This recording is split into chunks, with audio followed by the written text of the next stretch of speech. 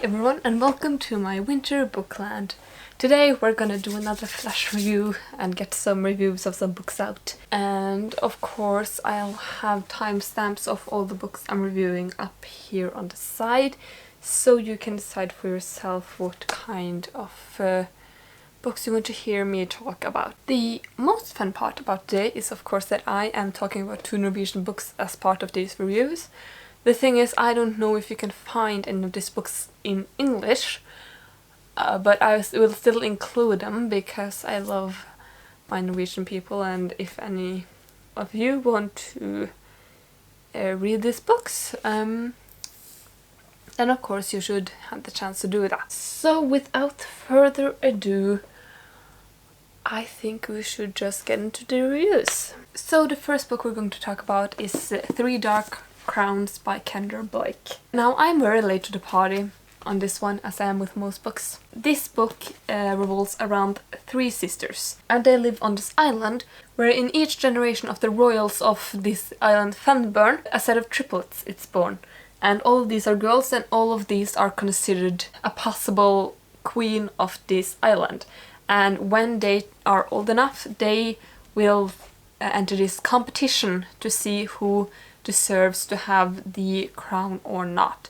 There are 3 different queens, you could say. They all have their own element. First of all, you have the elemental, who can work with elements and stuff like that. She can create storms, powerful flames, that kind of stuff. You have the poisoner, who can swallow and create poisons very well. And you have a naturalist, who can make things grow from the ground and also control animals. So this book revolves around these 3 sisters as they prepare for this first game of becoming queens. And that's something I want to say because all of this book is actually a build-up. You see a lot of conflict with the characters and the way they interact with each other, but you don't really get that whole challenge thing, because I watched a review of this book where they were disappointed because this was marketed as like a version of the Hunger Games in a way. They didn't get that because like the competition and the killing does not happen in this book. It happens a lot later, or in the next book, I think. I haven't started reading it yet because I'm kind of procrastinating it. And that's a winning part of this book, I think, is the characters, the sisters, and their relationship with each other. You have 3 sisters, obviously, and you have Mirabella, Catherine, and Arsinoe. Just so you know how I pronounce these names in my head when I read the book, it is Mirabella, Catherine, and Arsinoe. So you can tell that I have a really different flow to the names than what is probably intended. The way these 3 sisters played off each other, the way they all had their own like personal struggles, and the way they interacted with the plot, I think it was really well done. And just their progression as characters as well, it was really well done. You could see how they became the people that they were based on where they grew up and what kind of expectations were placed upon them as children. And I think Blake managed to show the nuance of the characters very well. The plot is kind of slow going, in the term that there's a lot of focus on character development and character struggles, so there's not really a lot of plot, and that's not necessarily a bad thing. It's just that people who enjoy a lot of plot may not like this book. And I think also the plot twist in this book was done in a considerable manner. Like, some people who are used to looking for plot twists and stuff like that, they knew that this plot was coming. They saw it coming like in the first half of the book. But I think that Blake did it really well. I think that she did it in a way where if you go back and look for clues, you can see that it's happening. And if you even figure it out during the read, I think it still is a really well done plot twist, and it makes sense, you know, because there's been a lot of focus today on making plot twists just subversions and not really thinking about how it affects the plot. But I think Blake managed to do the plot twist in a great manner. that didn't ruin the plot or the integrity or the construct of the world at all. I think I will start this tradition of having trigger warnings when I speak about books or things that I find troubling, because even if I believe that fiction and reality should be separated and that, you know, you can't criticize an author for putting something in a book, I still think that people who are affected by this should have a fair warning when they go into books like this. And there is a character who is cheating on another in this book, and he basically shows no remorse for it, so like if that's not your thing, that's okay. But we also have something that is not addressed. It is not necessarily a problem for me. I am a little frustrated by it, yes, but I don't see a lot of people online acknowledging it either. So just know that there is a character here who basically raped, drugs another. If you've heard of the Amartentia in Harry Potter, it is basically that she does. She makes another character fall in love with her and have sex with her without his proper consent. So just be aware of that if you're uncomfortable with that kind of thing in a book. But yeah, I would definitely recommend this book if you're into fantasy and just, you know, you like the YA genre. This book is, the language in this book is very simple, it is really easy to read it, so like if you're at the beginner stage, this may be a good, or not like the beginner stage, but if you're just getting into YA and fantasy and stuff, I think this is a really good start, because it is very soft start to the YA genre, I feel like, and I feel like it's a really great book. Like, school is starting in like 3 days. And I am completely freaking out. So the second book we're going to talk about today is... The thing is, I borrowed this from the libraries and I just had the third book bought. So, well, you'll just have to deal with that. And that is the Slangeringen series by Liv Margaret Alver. Or the Snake Ring series. So there are 3 books in the series, that is Døden her, Ravnebitt and Strupesang. Basically, it's translated, it means Death is here, Ravenbite and Throat Song. And the first book revolves around a young boy named Are, and he lives on a farm in Norway. And this is set during the Viking Age. Basically what happens is that his uncle Wulf, very many years prior, went to free Germania. I don't know how that is, what the name for it is in English. I just know that he went to Rome, basically, and got a new life there, got a wife, got a kid. As it starts out, the leader of the... I don't remember what Halvgudene is in English.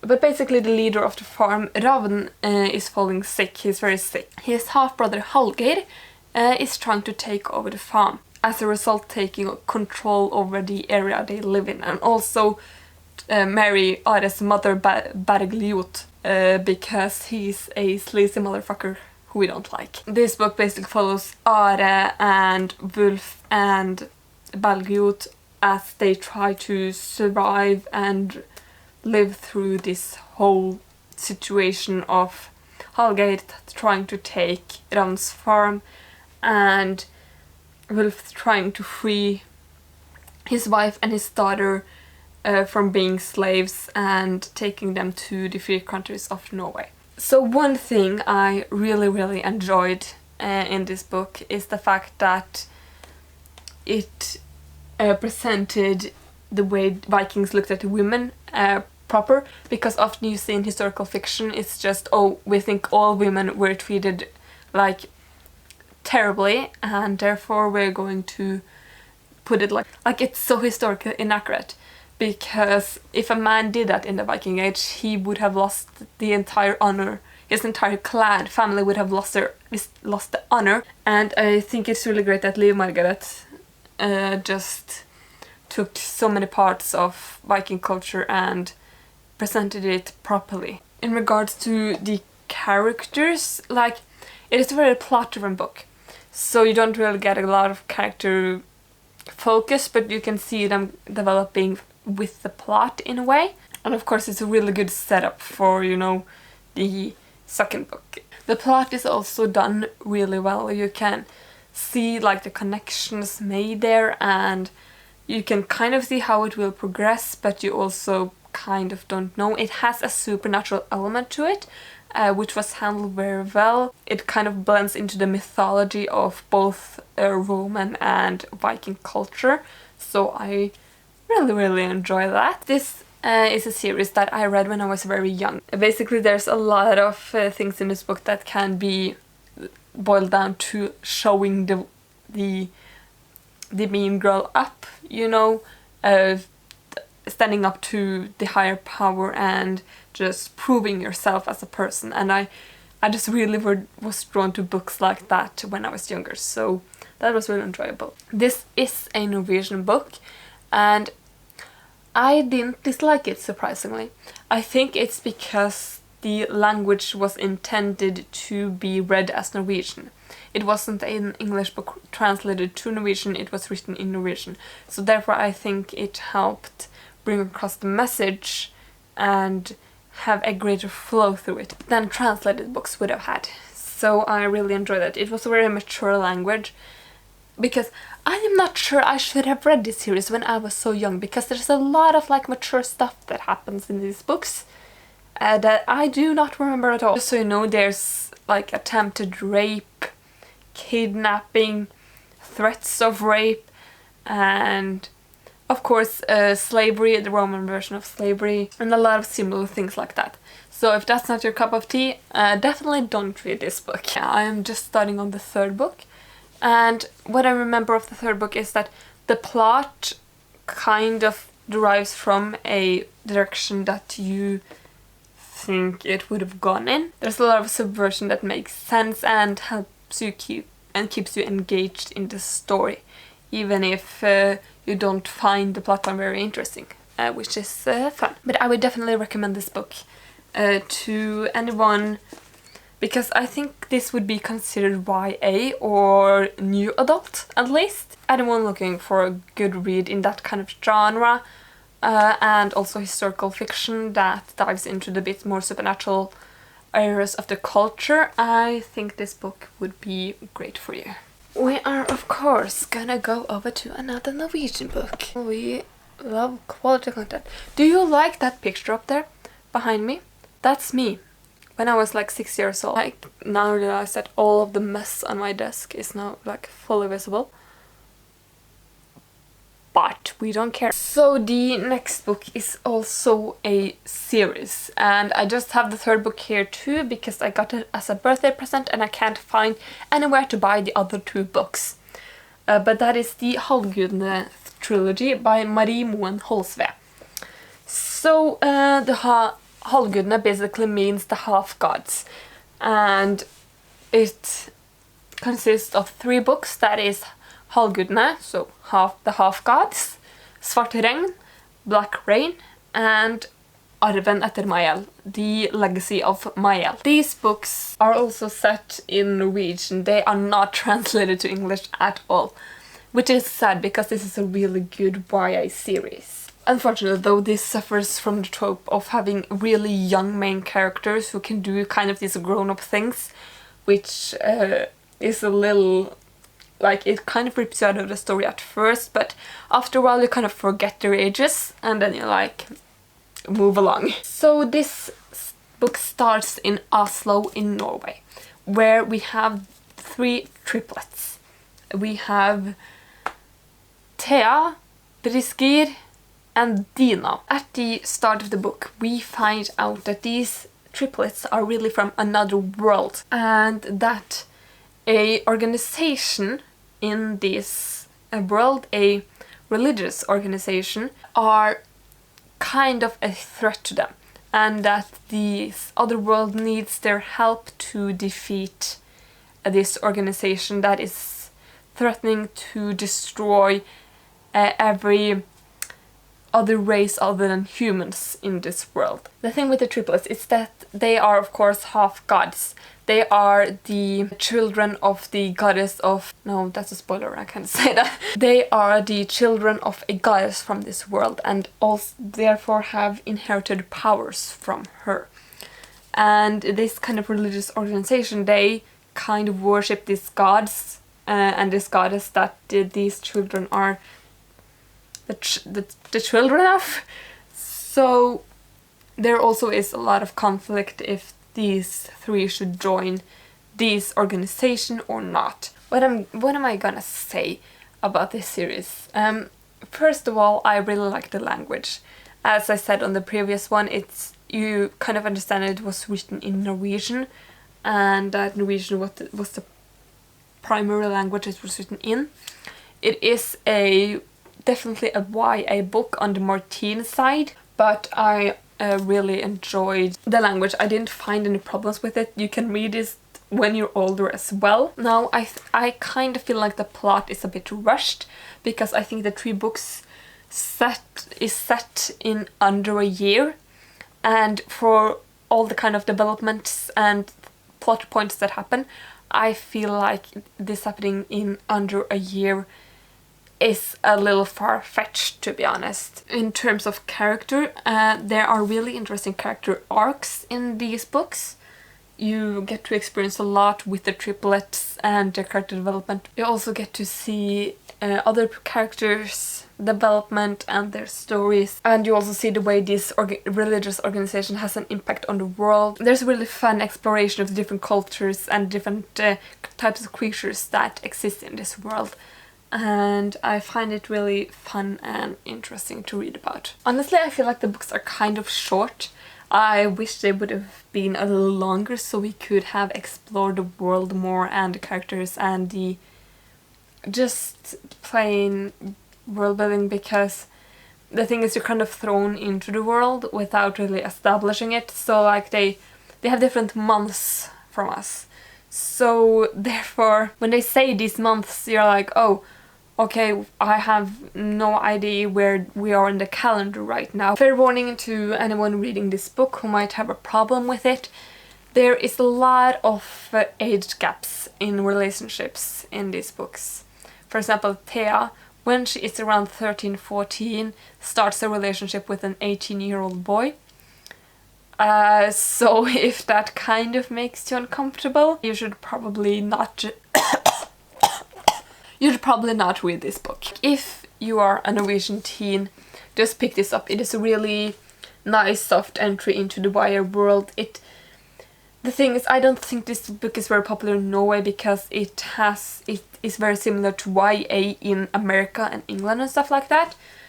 And Norwegian books and Norwegian book culture tends to be very biased against these kind of books. Teenager books in general. The fact that there's a series called Superbitchene in Norwegian, like, should tell you how we look at teen book culture in Norway.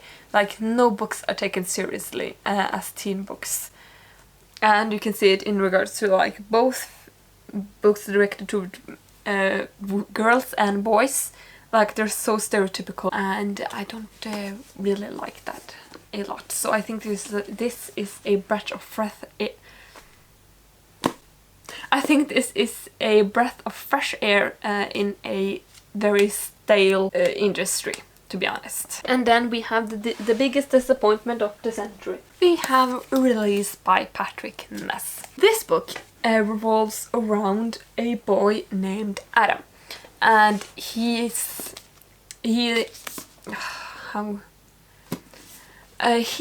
in a small town that is very conservative, and he's gay. So this book takes place in the time frame of one day. So you see him go through a lot in this day. He has always struggled with this being gay thing. He's had a past boyfriend that is kind of not over, and he has a new boyfriend that he's afraid he doesn't properly love. There's a lot of struggle with his family and his friends, and you basically just see him develop. It's a very character-driven book. At the same time, you have a supernatural element where someone called the Queen, who is the only one holding the realms together, basically inhabits the ghost of a dead girl who was killed by her boyfriend before the happenings of this book.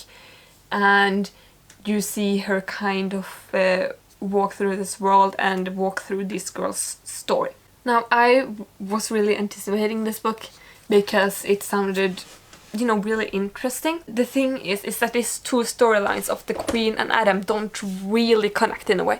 Like, at the end, they kind of interact with one another, and I've heard somewhere that they're supposed to be parallels, but I can't really find it. I feel like they were really disjointed, and if they had been two separate books, I would have been more happy with it, because it just felt so jarring to jump from Adam's point of view to the Queen's point of view. One thing I also want to criticize is that the ending is very abrupt.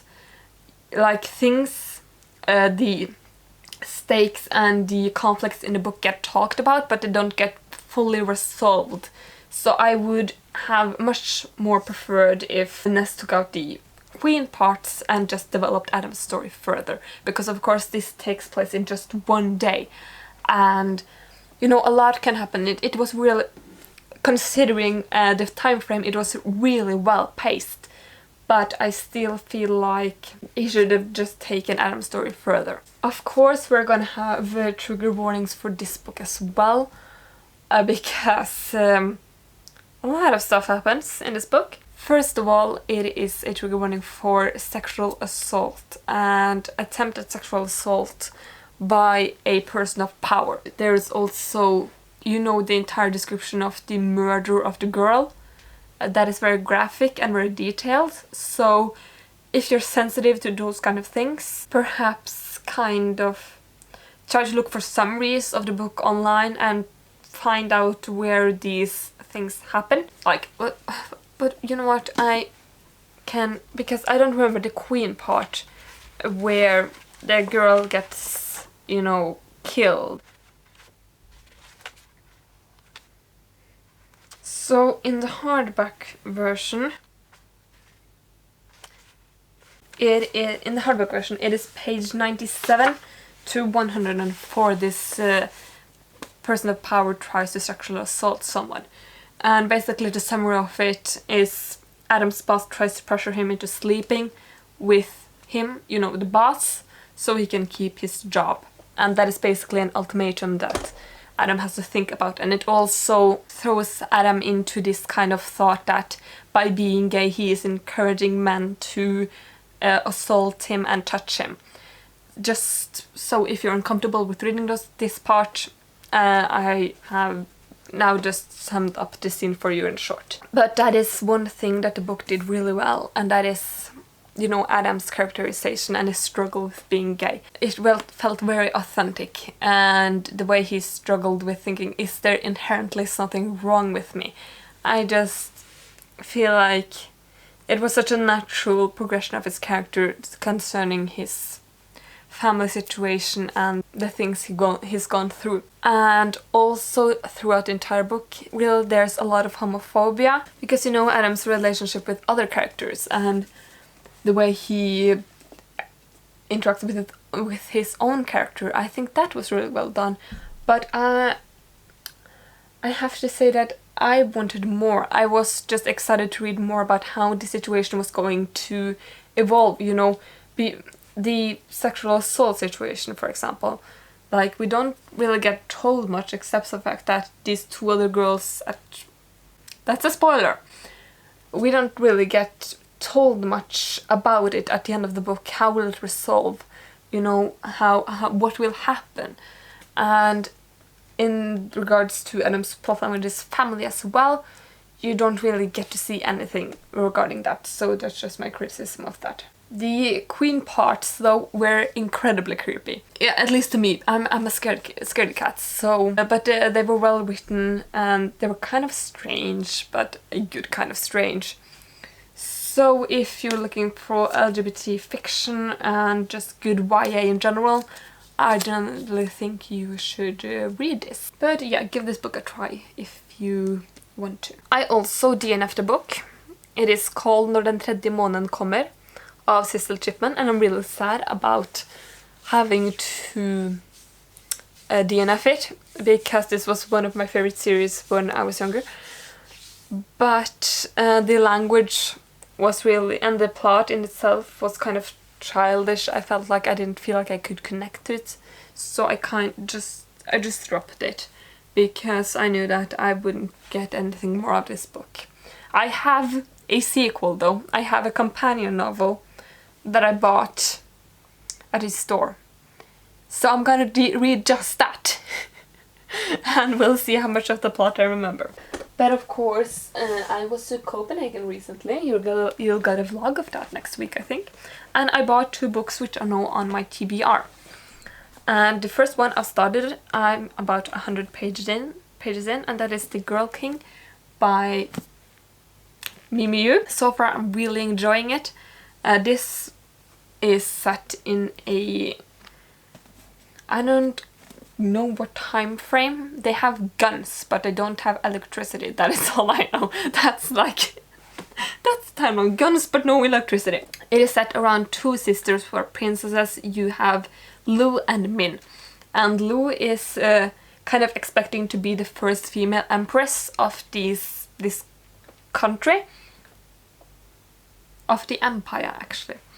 And Min is the younger sister who is constantly in the shadows. But when their father betrays Lu and gives the country to her cousin, both of their lives get kind of thrown into a tornado and whirlwind of chaos. These 2 sisters have to struggle with the position they're put into. I really enjoyed this. It's really well written, and I can't wait to get more of it. I really like the characterization of both the sisters. You can kind of see where they're coming from. And I am enjoying it a lot. The second book I bought in Denmark that I wasn't really supposed to buy, because I should spare my money, is this version of Dracula. I had planned to buy it beforehand, but I just really like this version of it, so I bought it. And I'm going to read it very soon. I don't know when, because I have a lot of books on my TBR right now. That was my reviews of these books. If you enjoyed this video, please leave a like. If you enjoy my face, if you enjoy what I have to say, please subscribe, and you will probably get a lot of similar stuff. Leave a comment if you have anything interesting to say about the books, and I will see you in my next video. This, kids, is what happens when you have a free healthcare system.